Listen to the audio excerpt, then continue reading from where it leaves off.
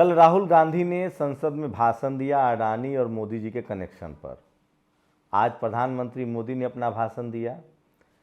सोचिए, जो खड़गे हैं, जो नेता हैं अपोजिशन के और कांग्रेस के अध्यक्ष भी, उन्होंने मीडिया को लेकर कुछ सवाल कहे हैं और शेड्यूल कास्ट के मंदिर न जाने देने पर सवाल उठाए हैं। मैं सवाल ये है कि इस देश में अखिलेश यादव, मायावती जी, तेजस्वी यादव, ये लोग राष्ट्रीय मुद्दे पर क्यों नहीं बोलते हैं?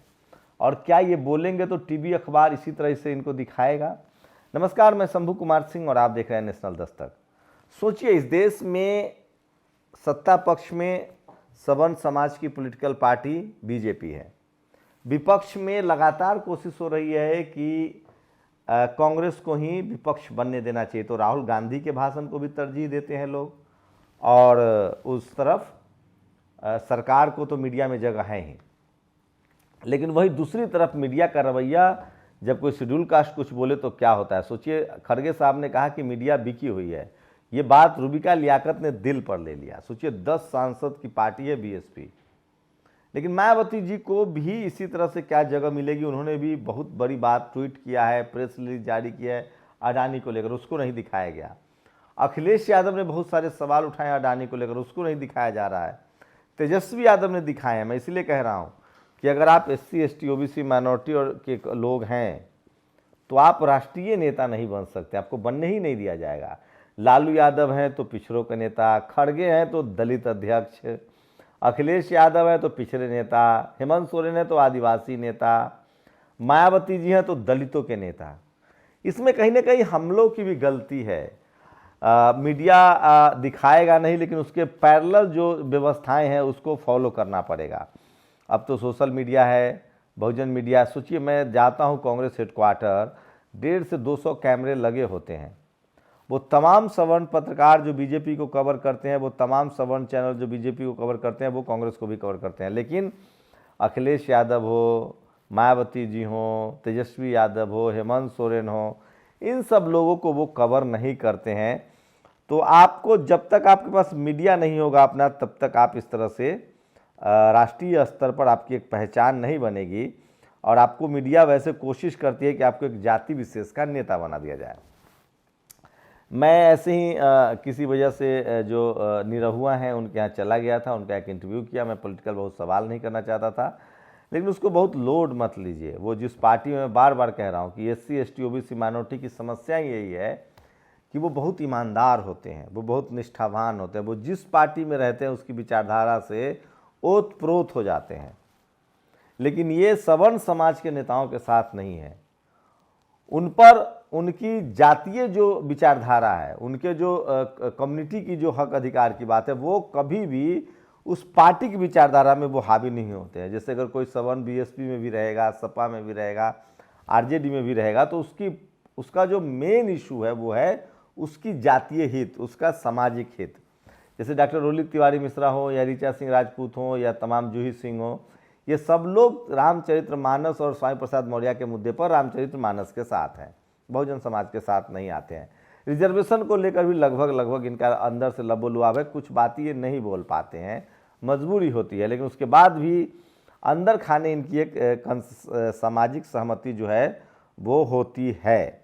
तो चलिए एक एक करके सारी खबरें हम आपको बताते हैं जो बहुत ज़रूरी है। और इस देश में अगर आप SC ST OBC माइनॉरिटी हैं तो ये बहुत लाजमी ज़रूरी बात है जो मैं आपको बताना चाह रहा हूँ कि बहुजन नेता जिस पार्टी में जाते हैं वो अपना जनाधार ले जाते हैं, क्योंकि उनकी कम्युनिटी के लोग उनको जाति से नेता मानते हैं, विचारधारा से नहीं।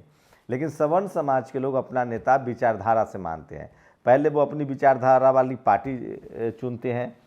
चाहे किसी भी जाति के उम्मीदवार को टिकट देगी बीजेपी तो सवर्ण समाज उसको वोट देगा, क्योंकि उसको पता है कि जो चुनाव जीत रहा है उसकी अपनी कोई विचारधारा नहीं है, वो अपने सामाजिक हितों के लिए, जातीय हितों के लिए नहीं लड़ेगा, वो RSS और बीजेपी का आइडियोलॉजी पर काम करेगा। लेकिन सवर्ण समाज के लोग जब किसी गैर सवर्ण पार्टी में जाते हैं, कांग्रेस बीजेपी के अलावा या ममता के अलावा, ममता में भी या नवीन पटनायक में भी, तो उनका सामाजिक हित जो है वो बहुत मजबूत रहता है और उसके प्रति वो बहुत सजग रहते हैं। ये बेसिक फर्क है सवर्ण नेता में और गैर सवर्ण नेता में। खैर, मोदी जी ने आज संसद में एक बार भी नाम नहीं लिया है अडानी का।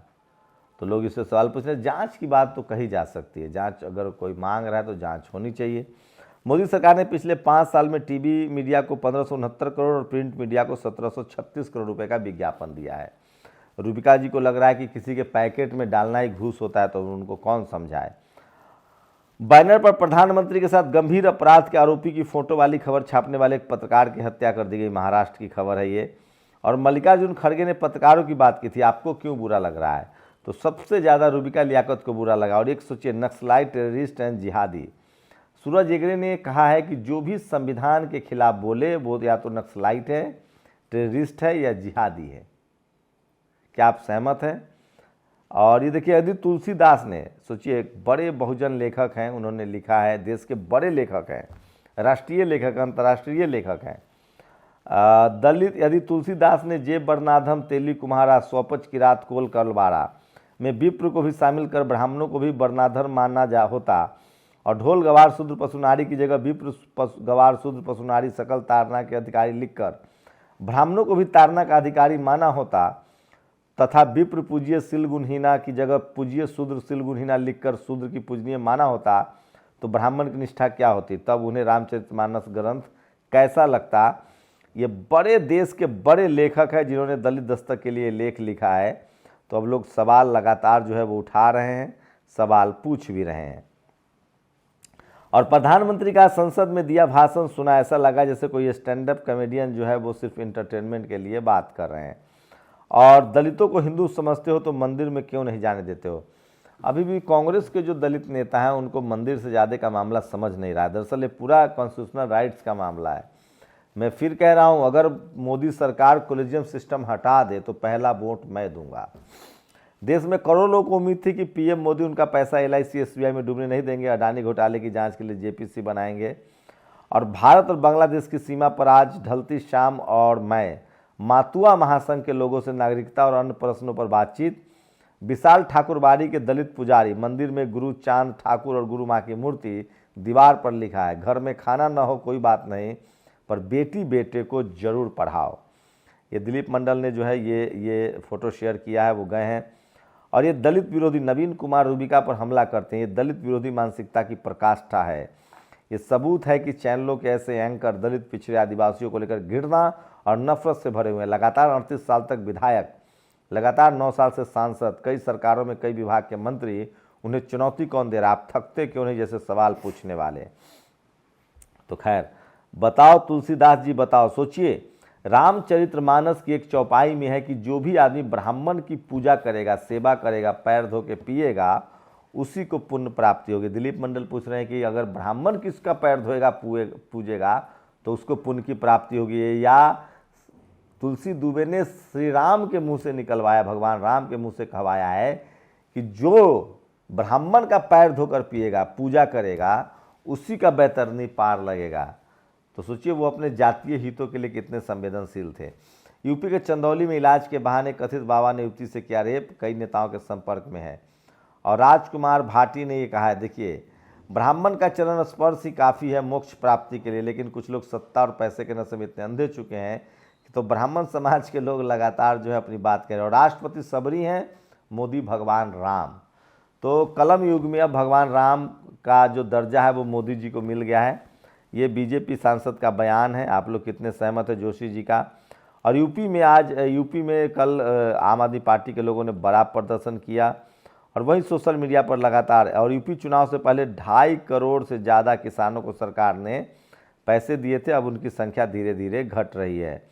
और बिजनौर में किसान धूम सिंह को नलकूप लगाना था, इंजीनियर ने घूस में ज़मीनें लिखवा ली। तो इस तरह के हालात हैं। और तो सोशल मीडिया पर सबसे ज़्यादा जो वीडियो वायरल थे मैं आपको दिखा रहा था। लेकिन सवाल वही है कि इस देश में सत्ता पक्ष हो या विपक्ष हो, कोई सवर्ण गैर सवर्ण लोगों के लिए बहुत स्पेस नहीं है। लेकिन इसके लिए आप लोग भी कहीं ना कहीं जिम्मेदार है। सवाल है कि आप लोग इस बात को अगर नहीं उठाएंगे, आपके पास अपना मीडिया, जुडिशरी। स्वामी प्रसाद मौर्य ने अभी भी वो स्टैंड ले रहे हैं, वो कह रहे हैं कि 97% हिंदुओं के हक अधिकार के खिलाफ है मनुस्मृति जैसी व्यवस्था। तो ये आज की बड़ी खबरें हैं। और डॉक्टर रोली तिवारी मिश्रा का कहना है कि जातिगत भेदभाव से समस्या है तो संविधान बदलो, श्री रामचरितमानस नहीं। क्या आप लोग को लगता है कि जातिवाद संविधान से आया है, संविधान जातिवाद खत्म कर रहा है? आप लोग अपनी प्रतिक्रिया जरूर दीजिए। शुक्रिया। नेशनल दस्तक की आपसे गुजारिश है कि अगर इसको बचाना चाहते हैं तो नेशनल दस्तक को सब्सक्राइब करने के लिए रेड कलर के सब्सक्राइब बटन को दबाएं, फिर बेल आइकन की घंटी दबाएं। नेशनल दस्तक को बचाने के लिए बहुत जरूरी है कि हर खबर को शेयर करें, लाइक करें, कमेंट जरूर करें।